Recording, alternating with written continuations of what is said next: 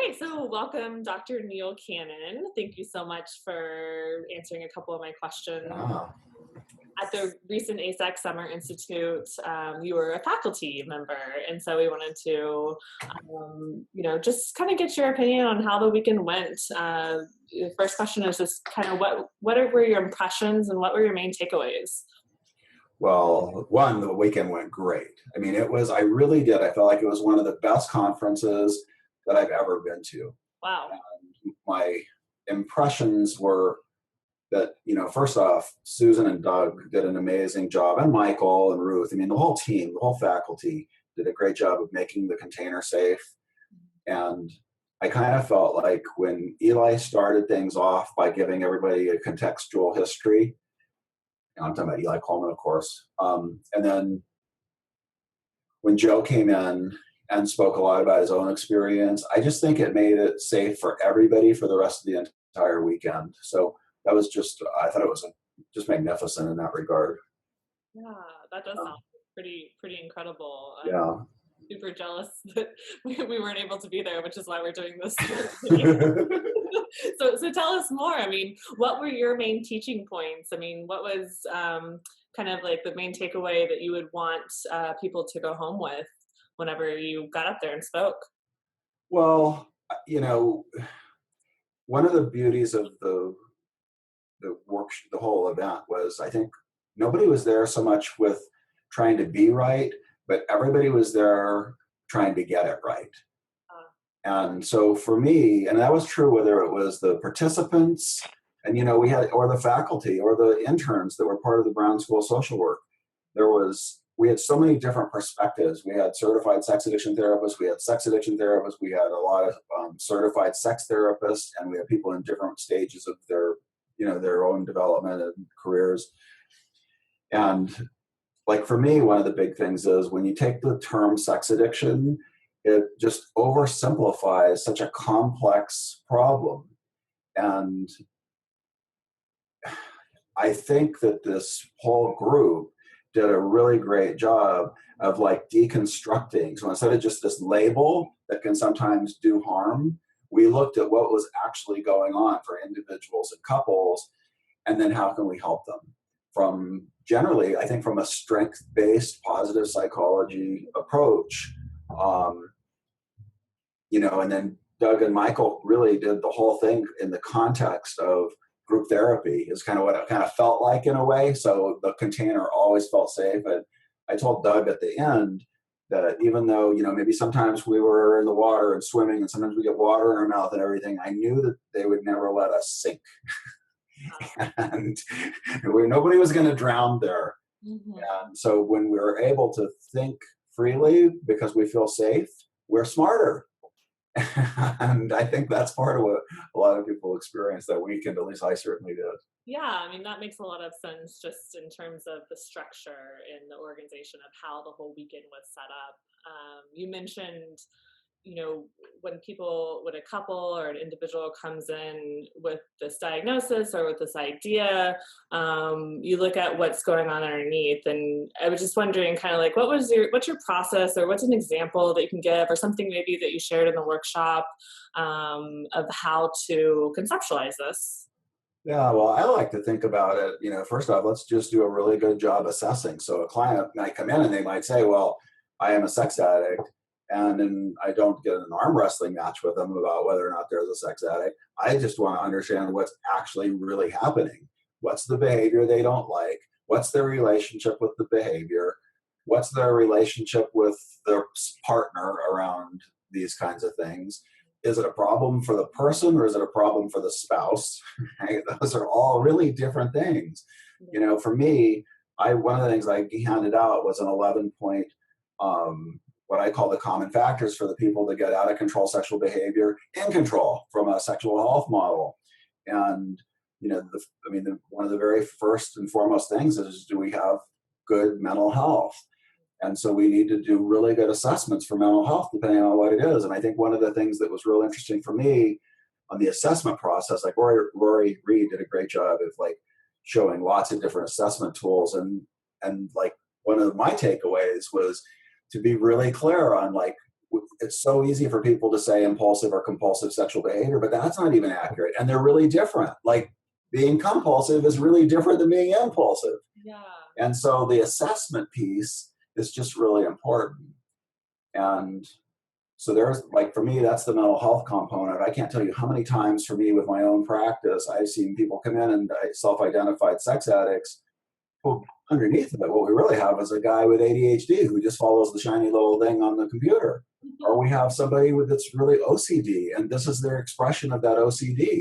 So we get the mental health piece under control, and then the sex piece takes care of itself. For me, those out of control sexual behavior is generally a manifestation of something else. Right. Yeah, I Um, mean, that sounds incredibly helpful. I mean, just having kind of that 11 point, sheet of all of these different things that are different ways to work through what's actually going on. And the first one being mental health is a huge component, obviously. And so, what was one or two other really important pieces from that 11 point handout that you? well, trauma and abuse, right? If sometimes somebody with untreated trauma, abuse, Ruth Cohen pointed out, neglect is sometimes so overlooked, Yeah. and I really appreciated that. And then, long-term bullying, I think I've always noticed those things show up like abuse, but with men, it's really easy to have men minimize bullying, and as Ruth said, minimize neglect as well. So that's another one that, 3 out of 4 of my guys that struggle with this have untreated trauma or abuse. Yeah. And now I'll add to it bullying or neglect. 3 out of 4 of my guys have untreated or undiagnosed mental health issues. So basically, we're saying that 75% of everybody who walks in my door that says I'm a sex addict has one of those two things going on, or both. So if we get that piece under control, we've already taken care of 75% of the people, but we've got to get the diagnosis right first. And if we diagnose them as a sex addict, but it's really one of those other things, that wasn't helpful. So that's why I focus on the assessment piece so much. That's What are we really dealing with?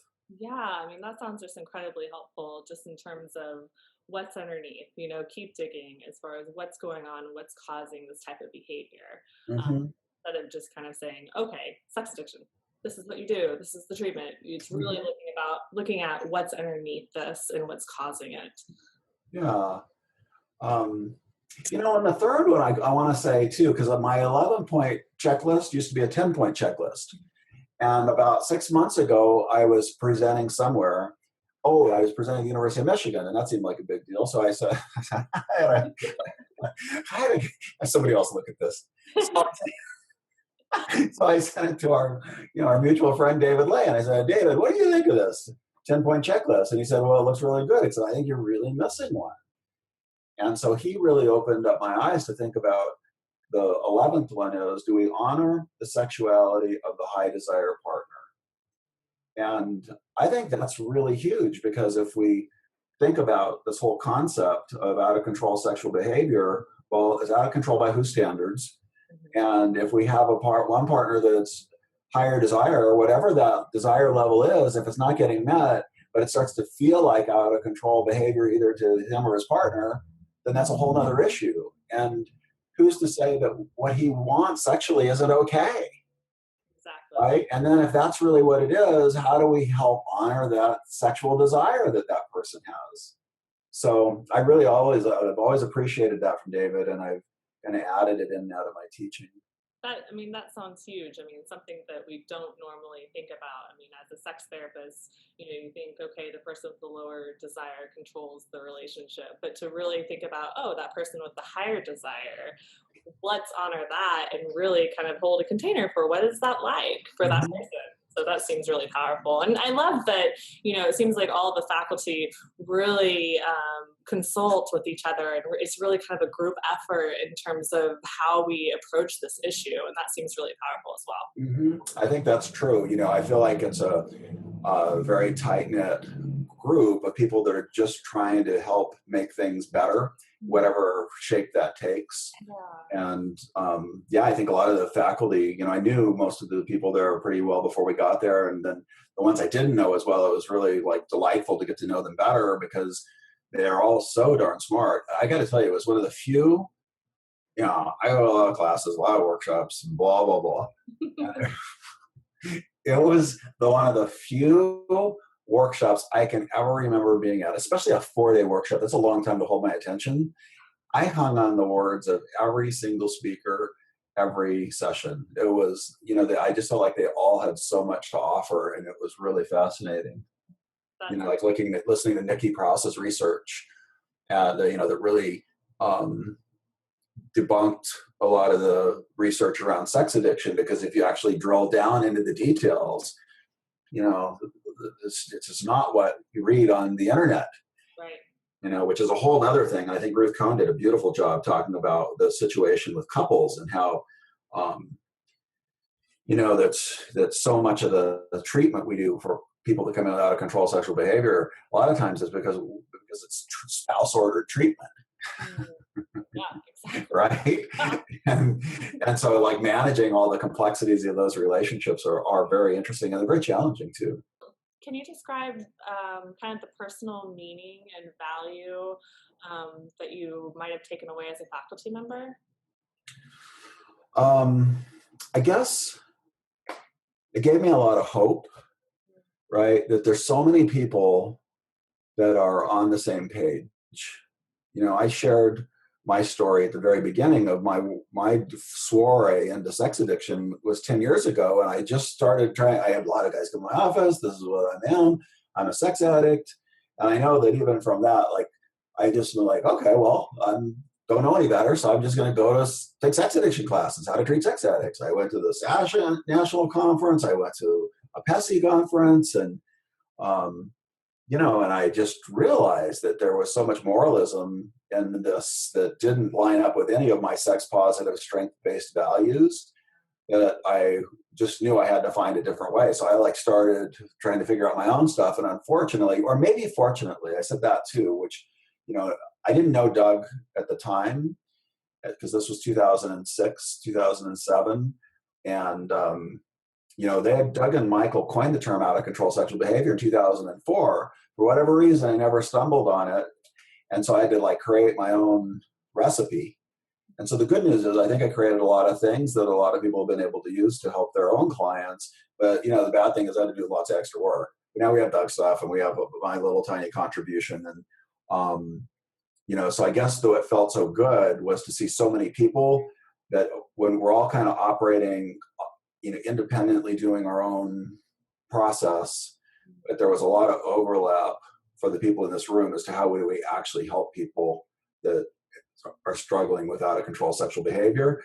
And I felt like we all have, and I took Doug's workshop, his 3-day workshop with Michael 4 years ago. I think it was 2012. And, I loved it. But